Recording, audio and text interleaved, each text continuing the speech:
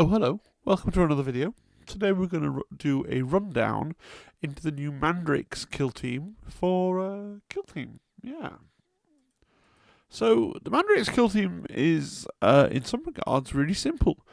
You have Infiltration, Recon, and Seek and Destroy, just like the Night Lords, right? Which is a great set of choices. Maybe you're going to go Seek and Destroy. Maybe you're going to go Recon. Yeah. The list is totally fixed. So you've got your leader, who is the Mandrake Night Fiend, and then you have 8 operatives from the following list. So you take the 4 specialists, and then you take 4 basic warriors, for a total of 9 elves. 9 elf team. So, special rules. We're going to talk about this first of all. So, for the Mandrake team, we need to define a new concept called Within Shadow. An operative is within shadow if any of the following are true. It's within black of a heavy part of a terrain feature, and that part is not lower than it.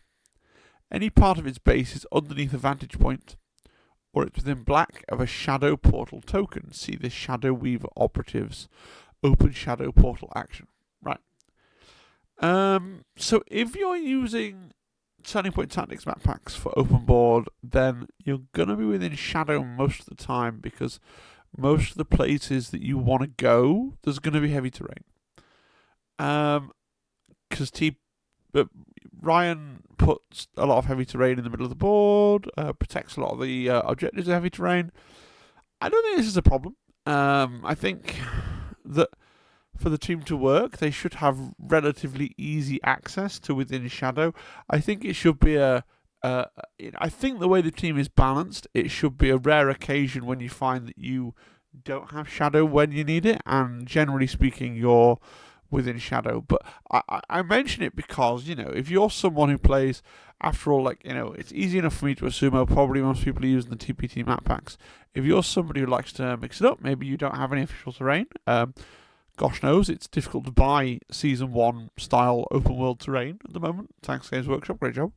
So maybe you're just using whatever, and you tend to define it however. And if you don't have a lot of heavy terrain, or you don't have a lot of heavy terrain, outside the deployment zones, then it's going to be a significant nerf to this team, right?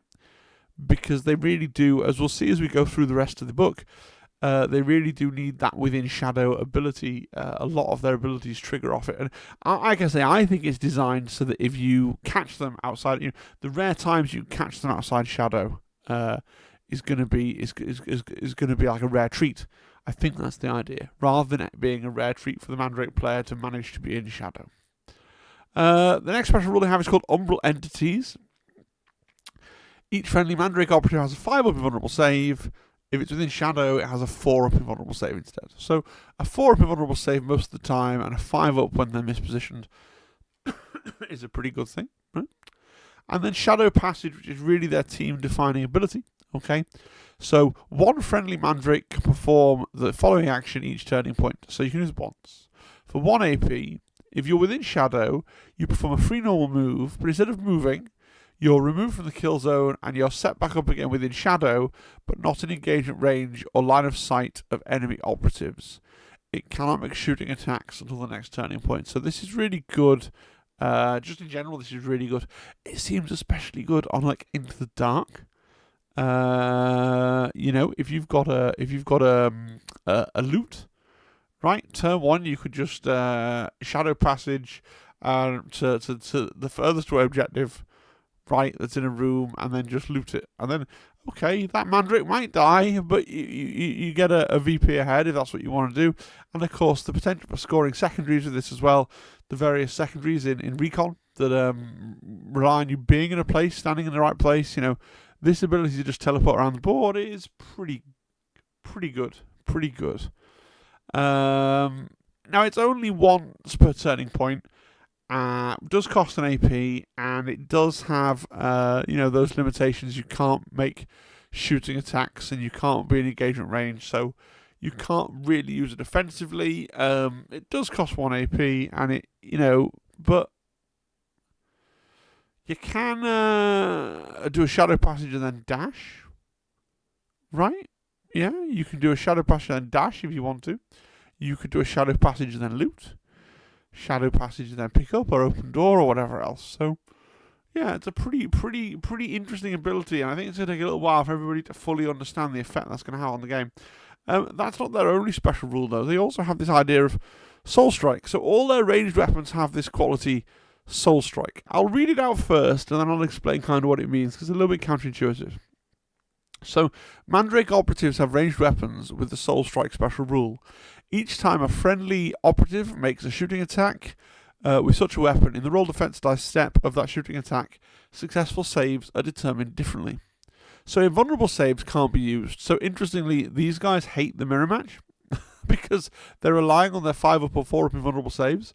So in a mirror match, they're just all on basic 6-up saves, which is kind of funny. Their 6-up save doesn't... In fact, they get a 5-up regular save, right? But still, they dislike the mirror match. And then their result is equal to or less than the target's APL is... I'm full of it, because these, of course, are APL 3 models, as we're about to discover.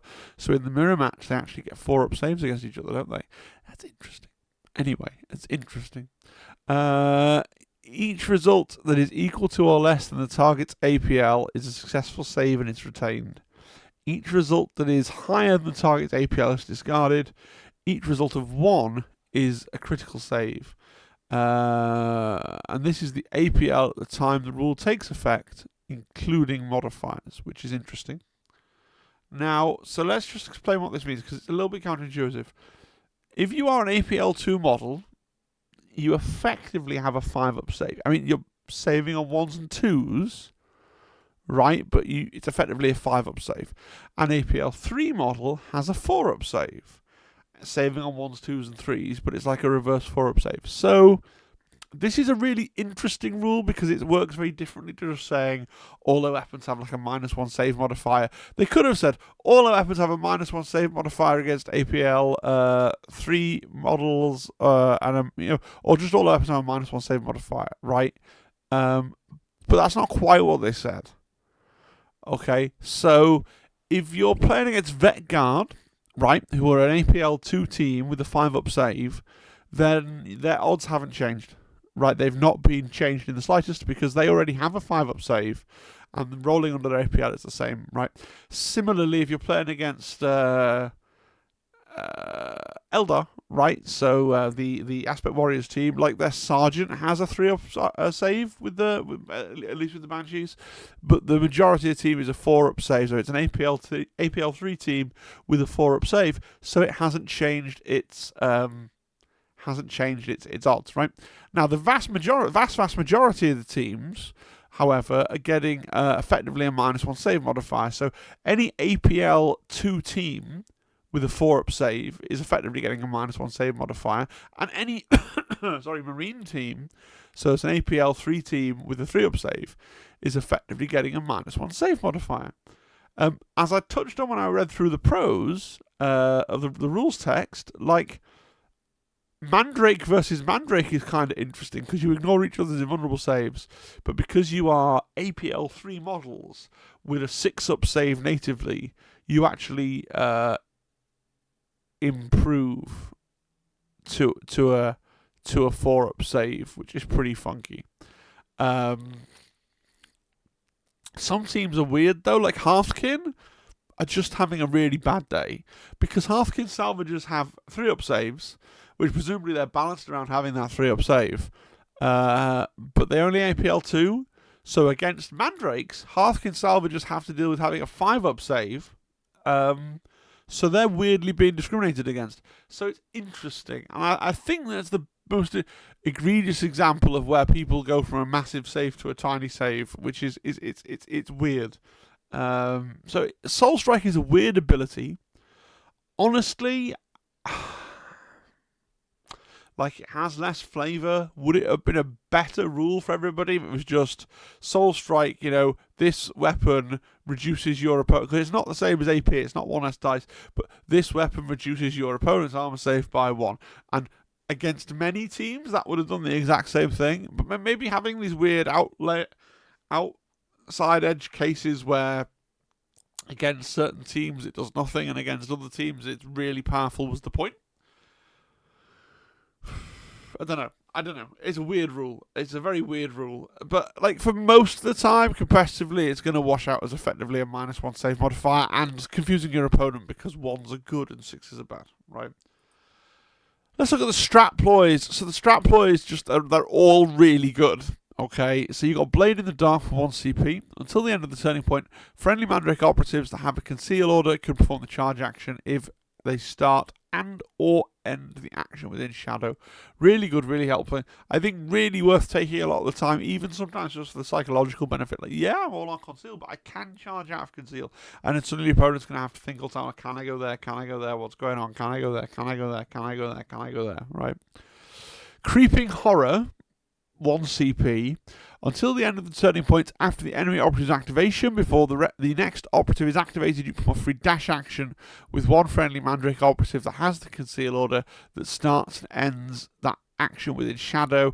Each friendly operative can only be selected by this ploy once per turning point. So that's really good as well. You pay once, but you do get to move potentially, or but depending on how big the enemy team is, like most of your operatives, right? So they activate a model, and then you get to do a dash, and then you can move, and then you can activate your model, right? So you get like a free dash at the start of all your activations. Very, very good, right? And again, if you get both of even on turn 1 potentially, if you have both of those on, right, suddenly the threat range on all of your models that are concealed and hard for your opponent to do anything about is like a dash and a charge, and maybe just spending those 2 CP really makes your opponent panic out their positioning. I don't know, maybe it's worthwhile. Inescapable Nightmare, right? Until the end of the turning point, each time a friendly Mandrake operative within shadow fights in combat or makes shooting attack, in the roll attack dice step of the combat or shooting attack, reroll one of your attack dice. Like, that's very good. But you can't have all of these every turn. You're just not going to have any other CP. So these are all really good ploys, right?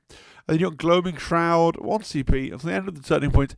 Each time a shooting attack is made against a friendly Mandrake operative within shadow, in the roll defense dice step of the shooting attack before rolling a defense dice, you can retain 1 as a successful normal save without rolling it, in addition to cover if any. Like, again, really, really good, but you can't have all of them every turn as much as you might want to, and you don't have, I don't think, any ways of getting bonus CP or extra CP, so you're going to have to really decide and ration out which of these are the most important to you and the way you play and the situation you're in, but they're all really good, right?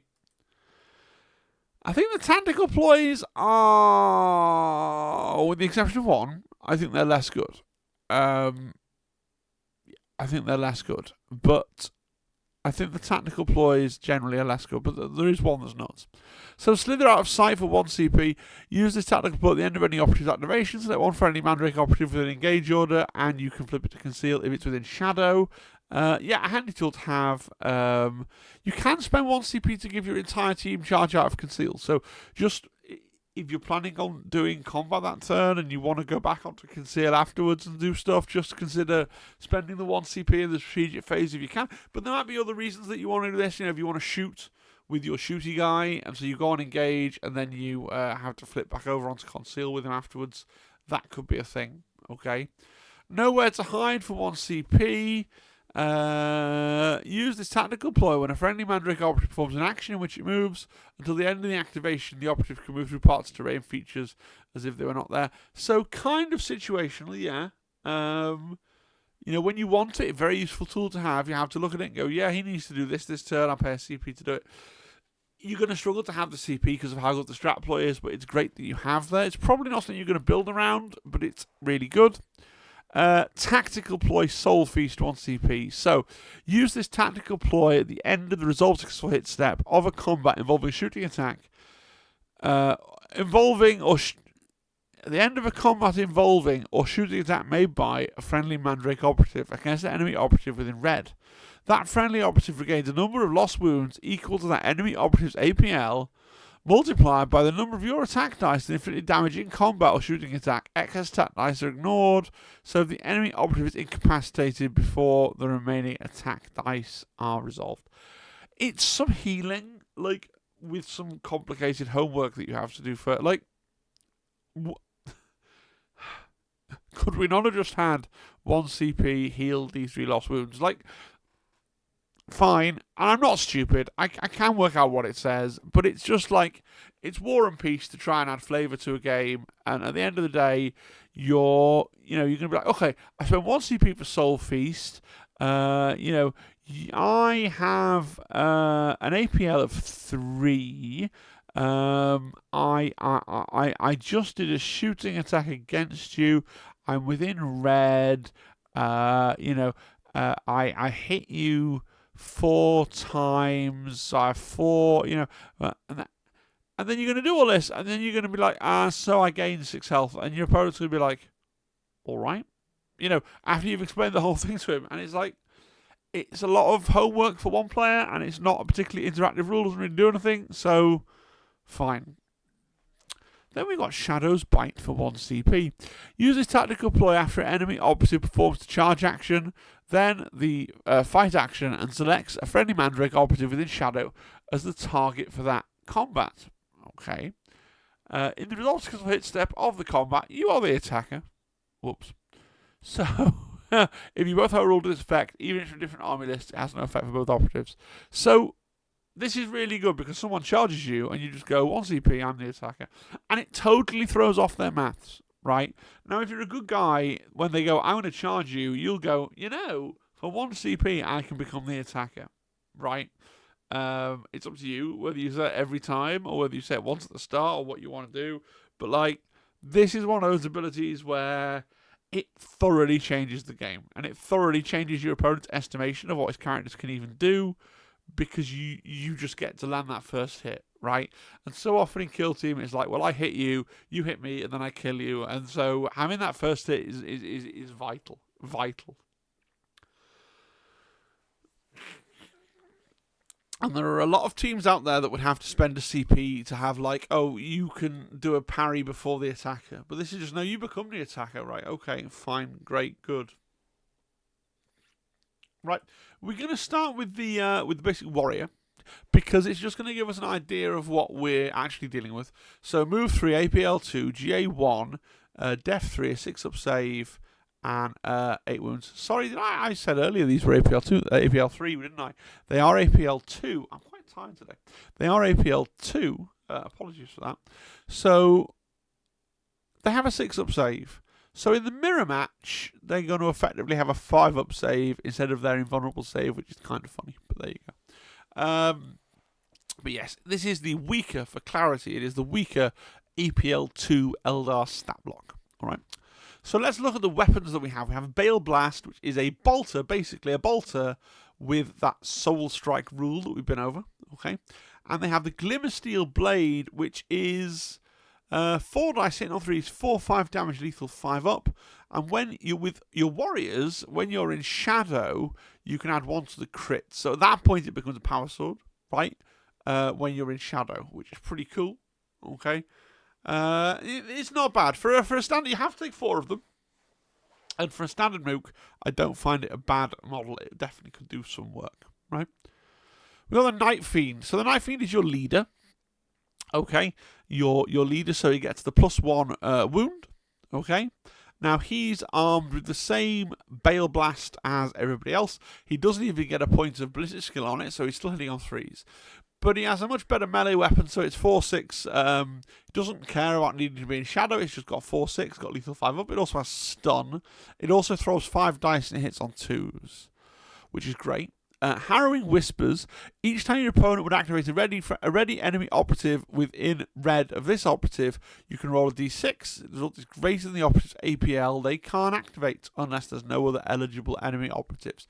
Pretty good ability to say that it's just always on as an aura around you that's going to screw up your opponent's chances. Like, yeah, it's a dice roll, but it means that your opponent can't be sure of being able to do stuff. I mean, it does encourage you to play a little bit recklessly with a Night Fiend and hope that your Harrowing Whispers or your Oubliax that we're going to see in a minute, like, he's got 2 defensive abilities that aren't unreliable, so it encourages kind of reckless play. Let's look at the Oubliax, or the Oubliax, Oblex, right? The start of each turning point, if this operative incapacitates an enemy operative with its Husk Blade, its Oublié becomes active. While its Oubliax is active, I can't decide which. Let me know in the comments, Oublié or Oubliax is active each time an attack dice would inflict damage on this operative. You can roll 1d6 on a 5-up. You ignore the damage inflicted from that attack dice, and the Oubliax is no longer active. So this is not like you think, oh, it's a 5-up, that's not that good, which is true. It feels like it's trash because you need to roll a 5-up. But if you don't activate it, like you can try and roll for each attack dice that comes through. So as long as you can tank a hit, you can try again. You've got a decent chance of removing an attack dice, which is not bad. So the Night Fiend is a combat guy with a combat weapon and 2 slightly like lucky, chancy defensive abilities, basically. Quite refreshing, actually, because I'm thinking back to the Night Lords and a number of other teams that I've played where the leader is both pretty good at killing things but also gives some kind of wider buff to the team.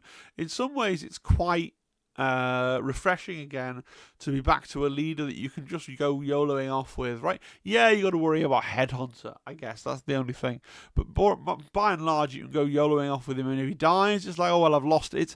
It basically feels like you've lost a melee specialist. He doesn't feel particularly leaderly, and maybe that's a weakness of the design of the team, right? Because this guy does just kind of feel like another melee specialist, which it's not a bad thing, though. I don't think. It's not a bad thing. There's no reason at all to hold him back. You just throw him at the table and you do some slicing up with the Husk Blade.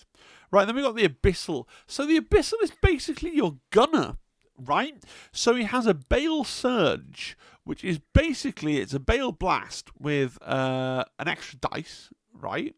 So it's 5 dice, and then you get your choice of Blast or Lethal 5-up, which is funny in Into the Dark, where you can have both, because Blast in Into the Dark entails Lethal 5-up, obviously. He has the standard melee weapon, but notice, and we'll see this with all the specialists, they're actually worse with their Glimmer Steel Blades because they don't have the ability to add 1 to the crit from within shadow. Okay.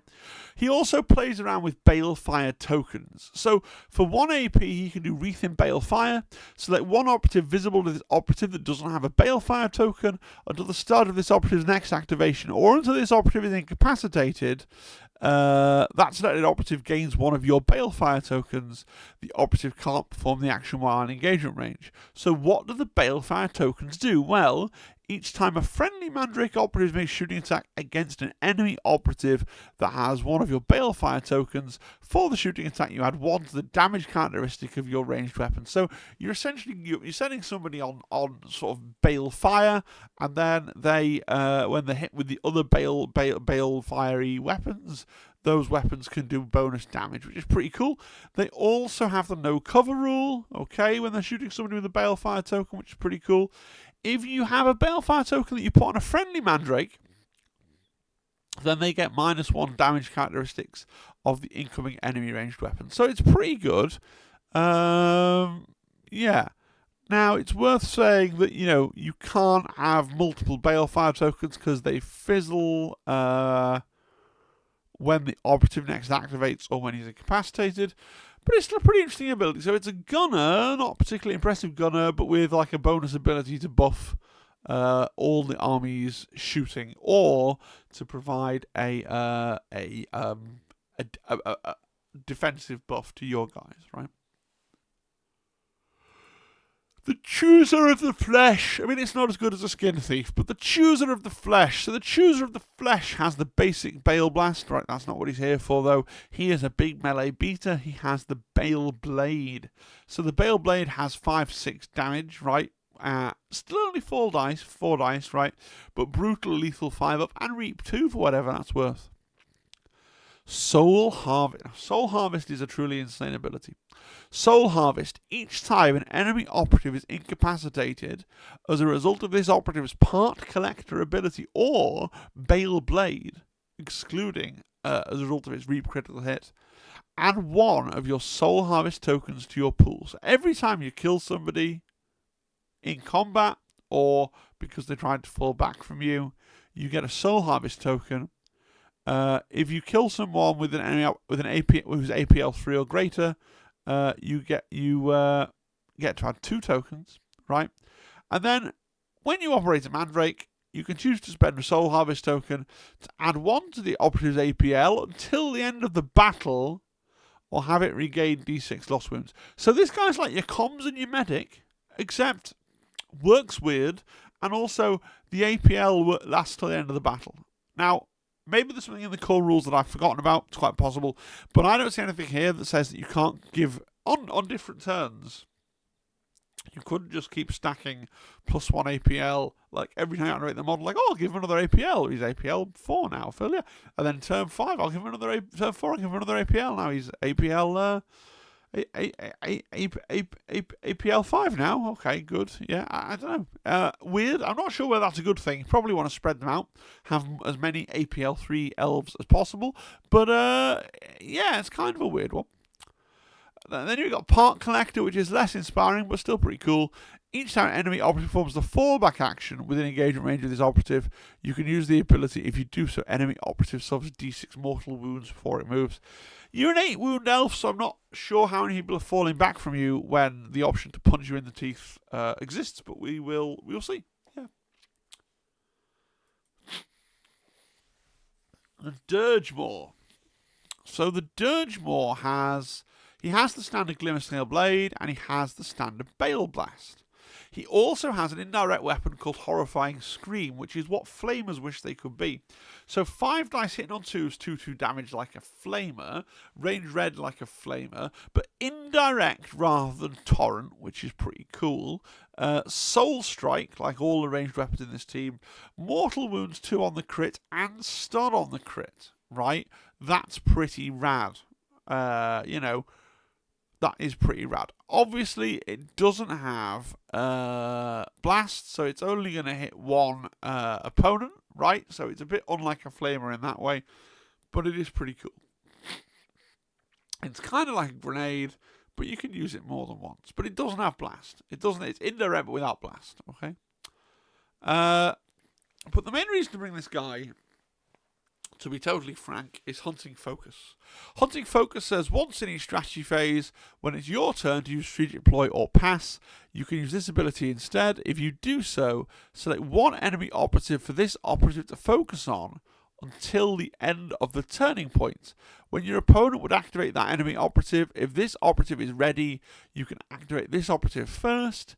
If you do so during the activation, you can't select any other enemy operatives as targets for combats or shooting attacks made by this operative while the enemy operative is in the kill zone. So this is really good because it messes up the tempo of the game. It lets you get a double turn effectively.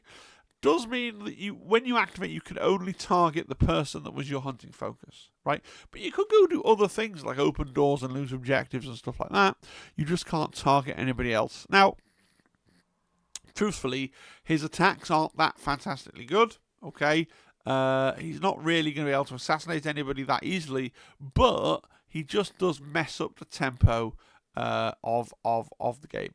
He can also do his paradolic projection for 1 AP, select an enemy operative within shadow or in this operative's line of sight until the start of the next operative's activation or until the operative is incapacitated, whichever comes first. The enemy operative is treated as being injured, and its APL can't be positively modified.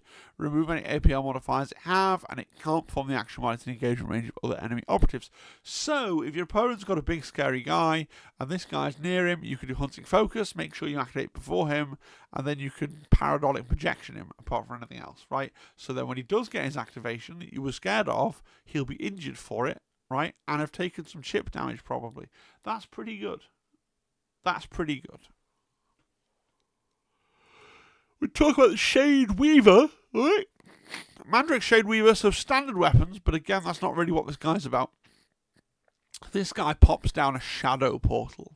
So any number of friendly Mandrake operatives can perform the shadow passage action from page 54, each turning point if they start an action within white of one of your shadow portal tokens and finish within white of the other, right? It doesn't prevent you from having a one-use shadow passage action as normal. So, okay, how do we put down the shadow portal token? So it's 2 AP, right? So your entire AP, remove your shadow portal tokens, perform the shadow passage action, right? And if you do so, before and after the move, you place down shadow portal tokens within white of the operative. So you create like a shadow portal tunnel, right? And then as many other Mandrakes as you want can go through the tunnel, right? This is absolutely mental for objective play, where you've got to do things like get 2 guys to the side of the board, or control an objective, or do things on the flanks, or whatever it might be, right? Absolutely bananas. Finally has Weave Darkness, right? Which is, it's like a smoke grenade, but it's so much better. So 1 AP, remove your Weave Darkness token if any, then place your Weave Darkness token in a location visible to the operative or on a vantage point of a terrain feature that's visible to this operative. Treat it as an intended target for the purposes of the visibility line. The token creates an area of smoke circling radius, unlimited upward height but not below. An operative is obscured if every cover line drawn to it crosses an area of smoke. This operative cannot perform the action while in engagement range of an enemy operative. This operative is incapacitated to remove its Weave Darkness token. Now, this is like a smoke grenade, but yeah, lots of people have done reviews and said, oh, it's like a smoke grenade that you can use every turn. Yes, it's also a smoke grenade that doesn't disappear. So if you put it down in turn 1 and you like where it is, right, because in the centre of your open board, you can just leave it there. You know, it doesn't fizzle until you decide to move it, right?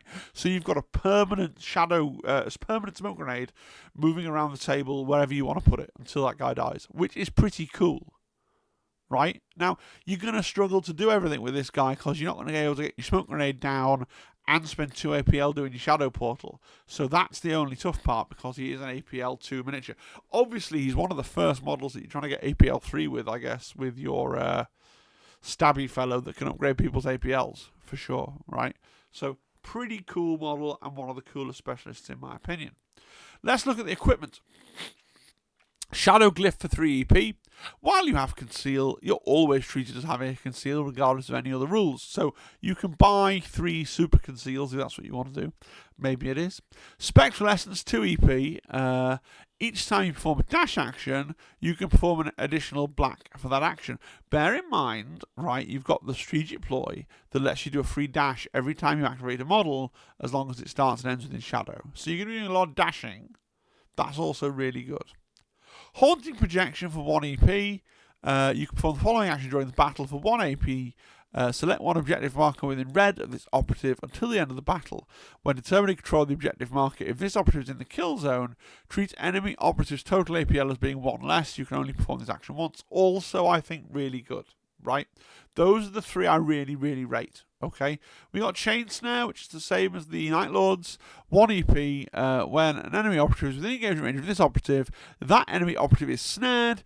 Each time a snared enemy operative will perform a fallback action, roll 1d6, subtract 1 if they have a high wounds characteristic than this operative, add 1 if they're injured. On a 4-up, the enemy operative cannot perform that action, but no action points are subtracted. I just don't... Not many people are falling back from an 8-wound elf. Right? It's not going to come up that often. If I had 1 EP, I'd be spending it on Haunted Projection, I think. Right?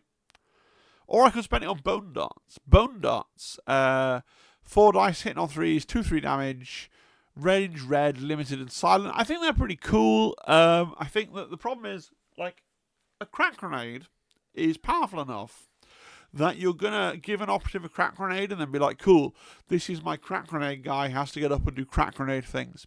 The Bone Darts are a cool, nice to have, but they're not powerful enough that you're going to send that guy up on a particular commando mission. It's sort of there for trying to get some chip and then maybe charging out of Conceal. It's not bad, I just doesn't light my world on fire. I finally got the Soul Gem, 2 EP, gives your Bale Blast weapon blast and then of 1 inch, right? Probably not worth it on open board or Beta Decima.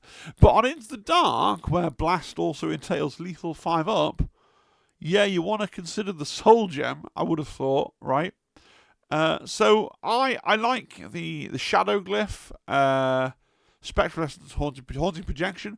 I guess for my initial, I was playing these. I don't plan to play these off the bat, but if I was going to play them, my initial equipment right off the bat might be 3 Shadow Glyph and a Haunting Projection.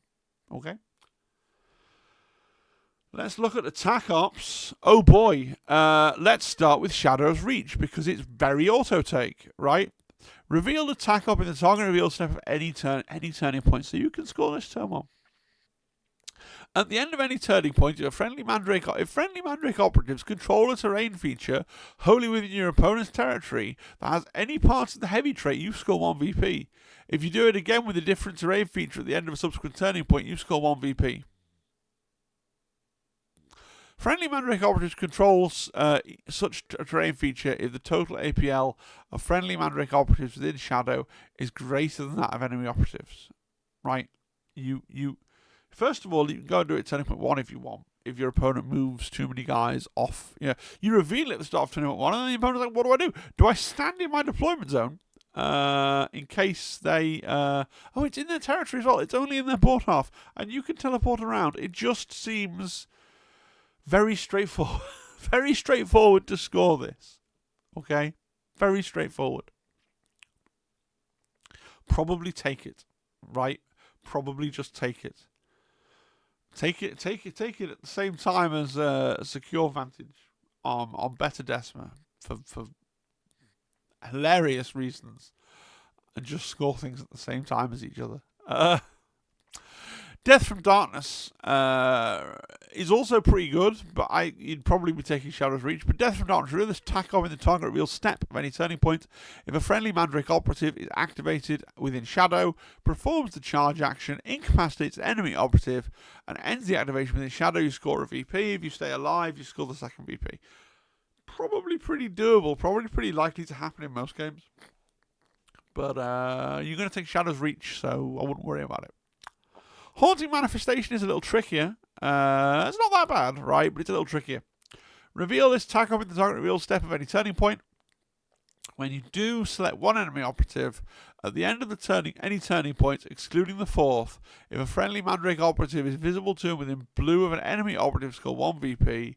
And at the end of the battle, if that enemy operative has not been incapacitated, you score 1 VP. So it's just go up and breathe on somebody in turning point 3 and then leave them alone, right? I don't generally like abilities that are like this where you have to not kill a guy, and it's alright, it's not awful, but like the other two are much easier, and I think Shadow's Reach is basically an auto take. If we were still playing like the rules where you could take more than one faction tack op that we played right at the start, then maybe like you'd take all of them. Because they're all pretty, like, I think this has been the first team in a long while where I've looked at the faction tack ops and gone, yeah, they're all bangers, okay, because they are all pretty good. Right, let's be moving on. So, final thoughts. First of all, let me know what combos and nuances that you've spotted that I've totally missed, or things that I've gotten totally wrong. Always happens. I'm not the best at kill team, but I do try and break things down in an easy to understand manner for you guys. What do you think the power level of the Mandrakes is going to be? I think that they're very much the best Eldar team right now. I think they're going to be better than Corsairs, better than the Aspect Warriors, better than the Harlequins as well. Now the Harlequins have their fly nerf, so I do think they're going to be the best Eldar team. So if you like Eldar, like they're still going to have the issues that Eldar teams have. They're still going to be very fragile, right? And require a lot of like grace and style, right, to play. But I think if you like Eldar teams, you should probably give these a go. I think they're probably going to be the best Eldar team in the game. But it's very much become its own archetype, hasn't it, Eldar? You can argue there's two sub-archetypes within Eldar, because there's APL 3 Eldar and APL 1.5 Eldar and stuff like that. But I think these are very much probably the best Eldar team. Thank you to my members, especially to Nightfall and Massive Crit, who both subscribed at the highest tier. Really appreciate that, guys. As I said at the end of most videos, if you want to subscribe, please do, because it's free to you and it just makes my subscriber count go up. But if you want to be super cool, like Nightfall and Massive Crit, then you need to become channel members, and then you can pick one of the tiers and pay me a little bit of money, and that's also, of course, really very awesome. Right, sorry for getting the video out a day late. This was supposed to be yesterday's video. I will still do a video tomorrow, which will probably be my review of the assembly of the Night Lords, since I now have my plastic kit, my Nightmare box. Haven't done anything on them yet, because all I've done this evening is make a video, but such is the way of being a YouTuber. So tune in tomorrow for that. Tune in on Wednesday for Hobby Stream, when we can look more at some Night Lords maybe. And yeah, have a great week of enjoying having Kill Team Nightmare, those of you that ordered it. Alright, cheery bye, have a good one, bye bye, bye bye, bye bye, bye bye.